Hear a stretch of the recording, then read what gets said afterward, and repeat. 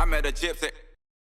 How do you feel about headsets in the helmet?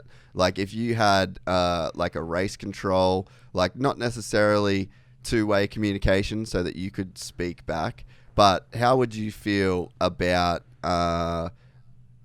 having like a race control come through to your headset for situations like red flags, lappers, yellow flag deals, red cross flags? Like, would you be down with that, or do you think that's a terrible idea?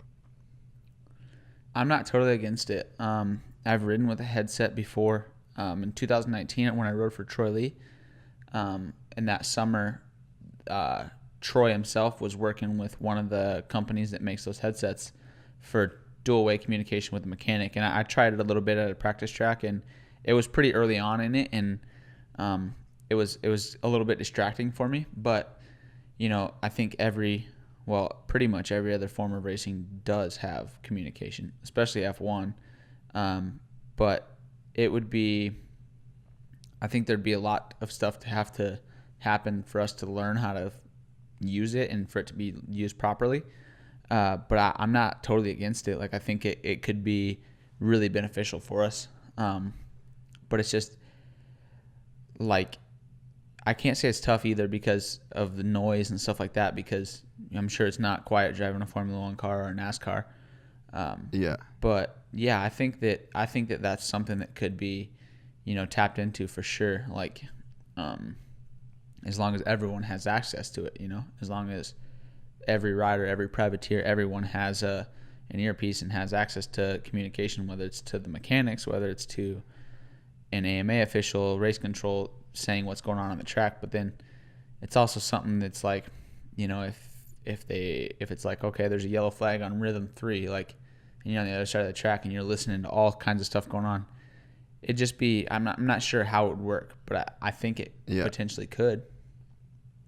Yeah, and do you think that it's something that, so whenever you have these kinds of conversations, you've got basically two sides, right? You got the people that go, fuck, it's just moto, like, let's just do it how we've always done it, like, let's not change the format, let's not do this, like, let's keep it how it is. And then there's the other side that, you know, they might want to borrow from other forms of racing, and they might want to implement change, and they might seem like drastic changes at the time, but it's like, you know, kind of moving in a direction that a lot of other sports go.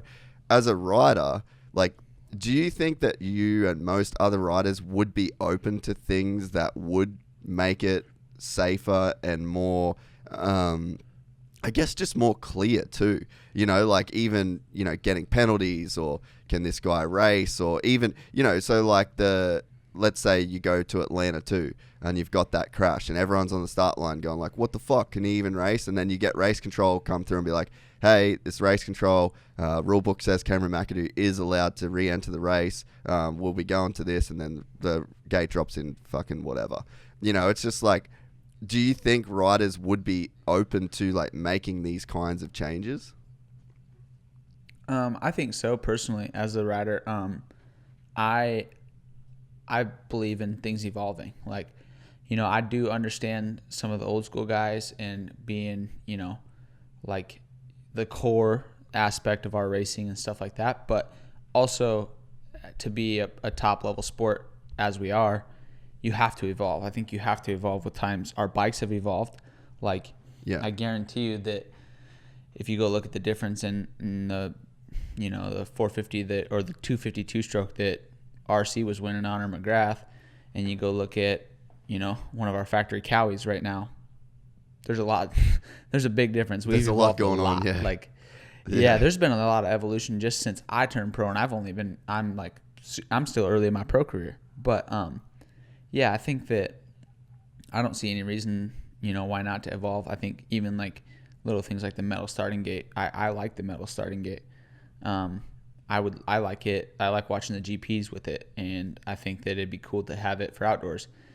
Then you've got, you know, the other side where they're like, man, it's pro motocross racing. It's, you know, I mean, this is the grassroots.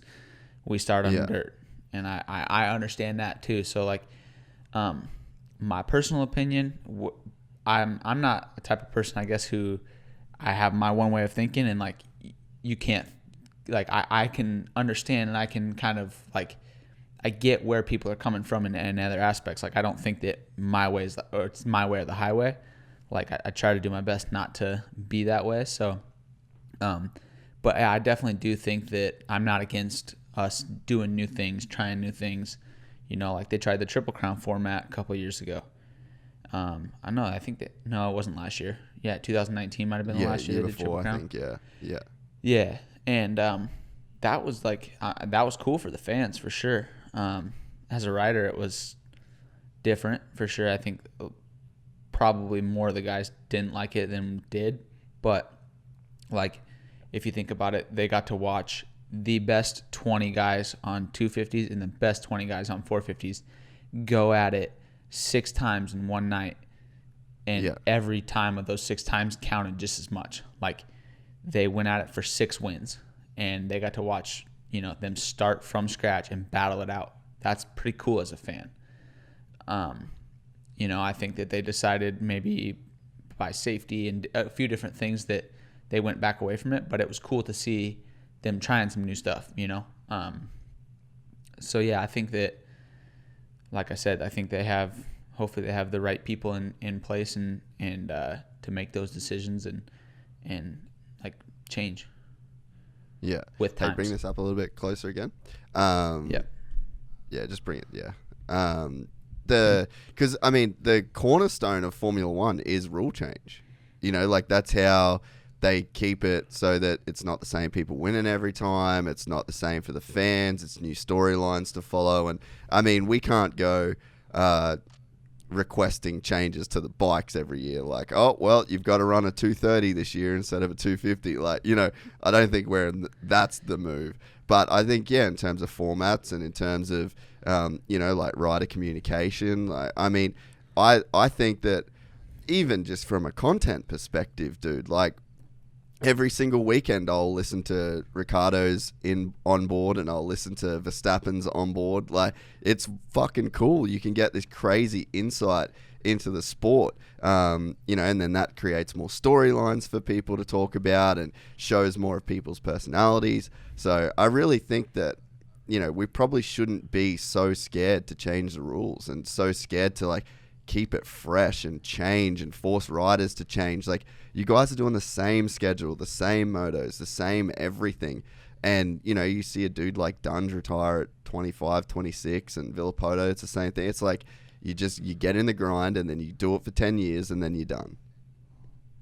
Mm-hmm. Yeah, it's funny, in probably the past 3 years, I've become, you know, more of an F1 fan, and the way I am, I'm kind of not into something, but then when I get into it, I dig deep into it and I get like super into it, and I watch all the F1 all the time, and it's raw, like it's pretty cool. And how, I mean, I don't like, it's Supercross isn't quite at the level that F1 is. F1's the highest level of any sort of motorsport in the world. So they, you know, they have the ability to that, but it's pretty like there's so many rules for so many things that, like, you know, you'd never know. And I think like the onboard stuff, I listen to the stuff too, you know, and it's pretty cool to like hear the drivers' reactions, hear, you know, actually I got even more into it when they made that Netflix series called Drive to Survive. Yes. I'm sure you've watched it. And like, it goes to show you, like, even before, you know, I grew up as a family sport racing dirt bikes, and it was fun for the family. Bought my goggles, went to the vendors at the races, that type, you know. And you think of a factory team as like just these robots and how these things work, and then you get to that level and it's just people. And then as a Supercross racer, we look at F1 as like something that just like revolves and it just goes perfectly. And then you watch that and it's like, oh no, it's just people still. Like, we're just all people, and they're just people trying to race to win. And like, it's pretty cool. So like, I'm a huge fan of F1, and I think that like they're kind of the pinnacle of all motorsport for everyone to kind of shoot for, to take pages out of their book for sure. We're excited to announce the launch of our new membership site, gypsytails.com. packed with exclusive content and perks that you won't find anywhere else. This is your chance to become a part of the Gypsy Gang. And as a special bonus, if you sign up to an annual membership, you'll be entered into the draw to win our custom-built TC125. Gypsy Gang.